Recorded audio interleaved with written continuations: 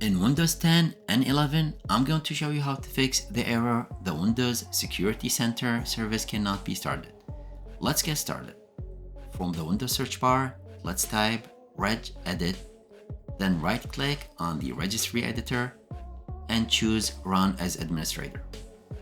Click Yes if prompted. Now copy the registry path from the video's descriptions below and paste it into the address bar at the top of the Registry Editor and press enter. It should take you to the wscsvc folder. If you don't see this folder, that means it might be missing or corrupted. If that's the case, you can skip to the next method using services.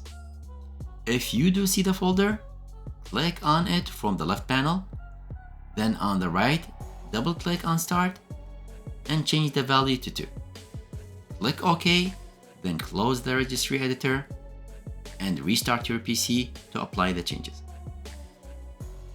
Now for the second method, in case the registry change didn't work for you, or if the wscsvc folder wasn't there, let's go to Windows Search and type Services and open it.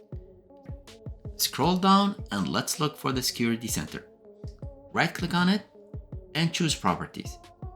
Under the Startup type, select Automatic Delayed Start, then click on the Start button if it's not already running, and close the Services window. Now, if you can't find the Security Center, it may be disabled or removed by the group policy or antivirus software. To re-enable it, from the search bar, let's type CMD, right-click on the command prompt, and select Run as Administrator. Copy and paste this command from the video's descriptions below.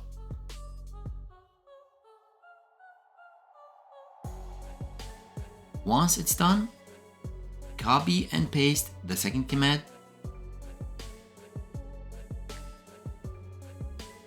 If it starts successfully, you're good.